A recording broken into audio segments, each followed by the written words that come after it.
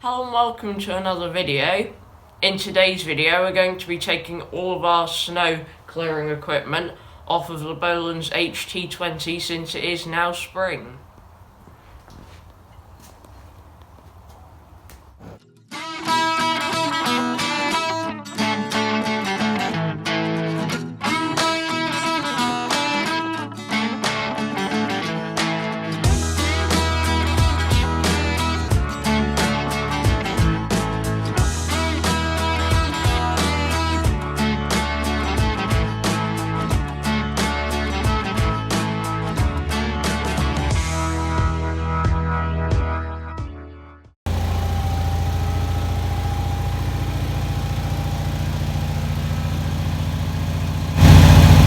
Since we haven't had any snow recently at all, and it's not likely that we're going to get any, it's time to take stuff off the HT20 so that we can actually use it this spring, which means taking off the snow plough and the snow chains and wheel weights off the back, which, as someone commented on the last video, if we take off the snow plough and put it in a very hard to get to place, I'm sure we'll get 4 foot of snow within the next week. But in preparation for taking the blade off, we've put the cylinder so the piston is completely in, and I'll just now lower it down so that we can take it off. Next, to disconnect the hydraulic ports.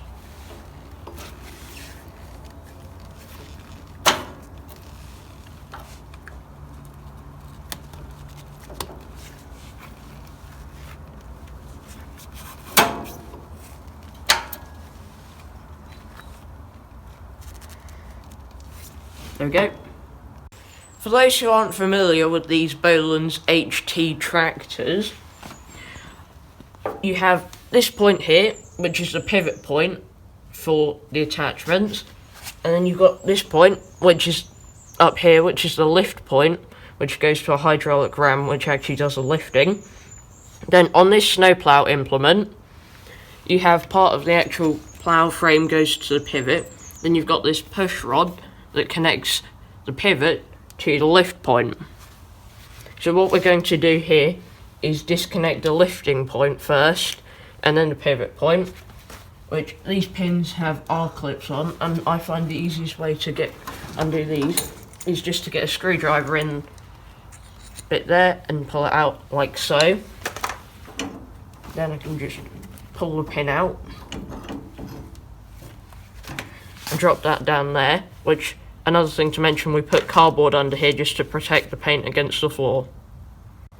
We did the same on the other side, and we're now onto this pivot point, and as you can see I've already taken the clip out, and I put this bit of wood under there so that it doesn't have far to fall.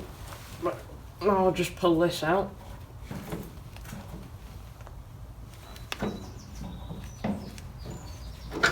There we go. And I'll just put the R-clip back in there, and then I'll go and do the same on the other side. We've got the blade out from underneath the tractor now, and there's no footage of it because it took both me and the cameraman. But I'll just put the push rods up here for storage, and what we're going to do now is just clean it up a bit and then look over it, see if there's any damage. The next job is to take off the tyre chains. Now, in preparation for this, we've already jacked up the back of the tractor and put it on axle stands, and that's not going anywhere. So I'll just take off the cable tie holding the excess links. Then I'll need to undo or take off the clip this side.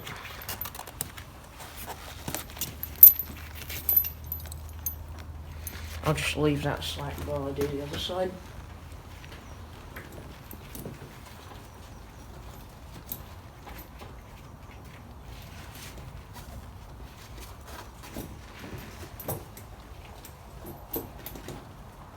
It's a lot tighter on the inside for some reason.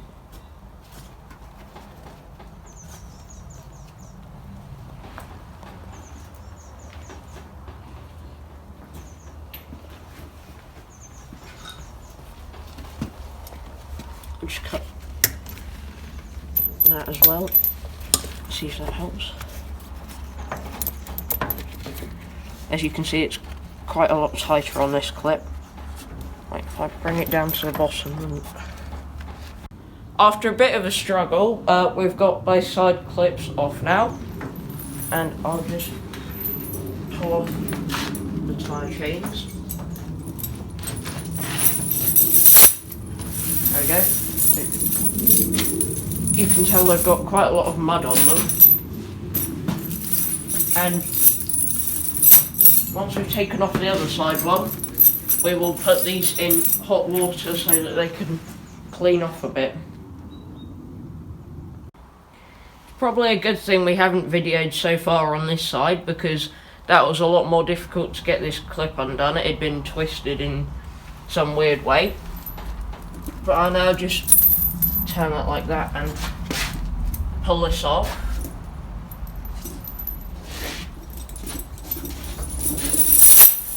There we go. And once we put these in some hot water to get most of the muck off, we'll put some oil on them to protect them. With the tyre chains off, it's now time for mail time. And also in the background you might hear some plane noises, and that's because the RAF are doing a bit of practicing by the sounds of it, and we're struggling a bit with recording when they're flying overhead.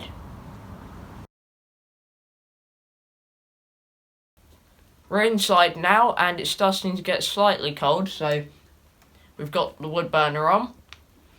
But in today's mail time we've got 2 letters and a parcel, which one of the letters and the parcel are from the same person in Tennessee, and this other letter is from someone in Alaska.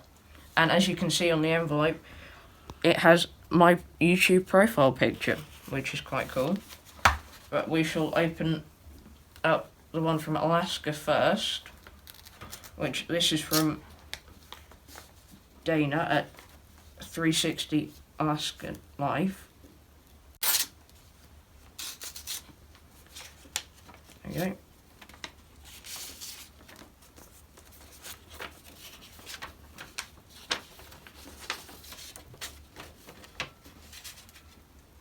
So we've got a letter here and some stickers.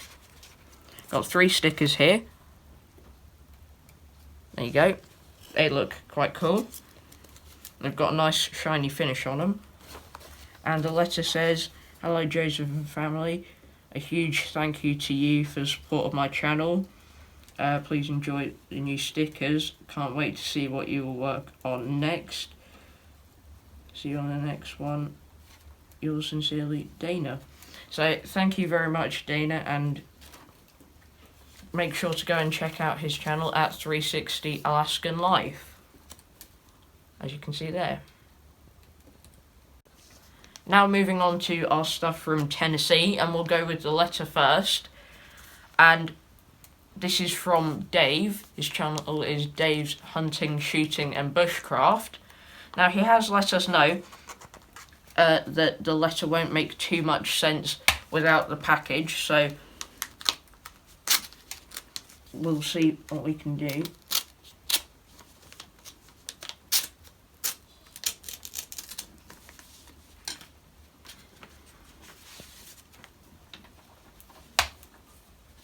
We've got the letter here, and here you can see his stickers. They look quite good.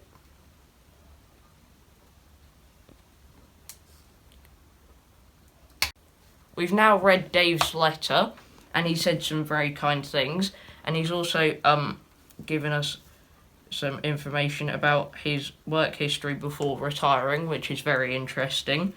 But I'm not sure whether he wants this shared on video or not, so just for privacy reasons I won't in this video. However, Dave, if you don't mind this being shared, or you want it to be shared so people know the context of what's in the box, then feel free to write it in the comment section below, and we can pin the comment so people know the story behind what's in the box. However, we do now know what is in here, so let's open it up.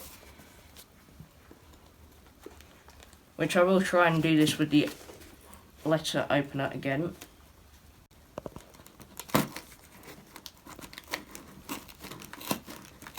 New technique with the letter opener.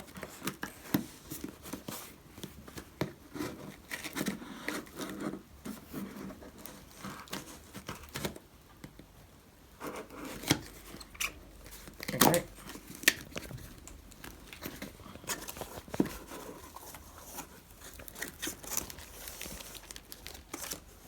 Oh, got a number of things in here.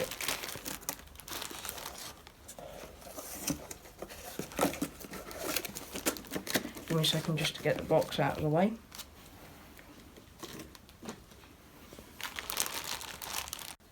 Now Dave has been very generous with the gifts that he sent us. Now alongside his stickers, he sent us a Tennessee Titans NFL beanie, which looks very cool. And then he sent us these 3 coins, 2 of which are these Tennessee Musical Heritage coins. And a 50-cent coin, which Dave and no one else knows this, but I actually have a coin collection, so these will be great additions to that, so thank you very much, Dave. Do you think this suits me? I do.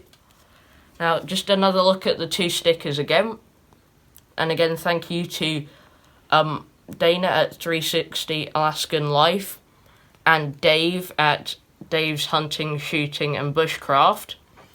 For the stickers, and Dave again for the other gifts. And both of these people have very good channels that you should check out, and thank you both to Dana and Dave for also supporting my channel.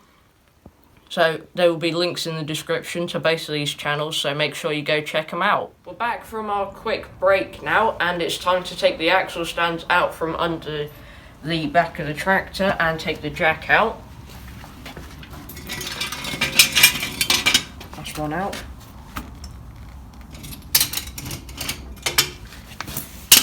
And there's the other one.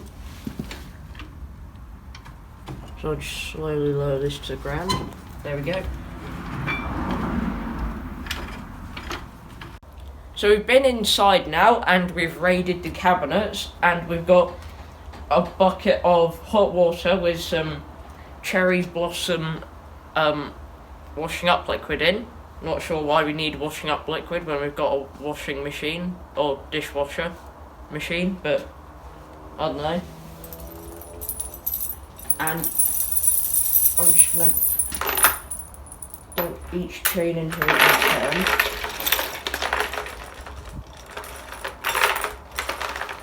And try and brush them off a bit with the brush.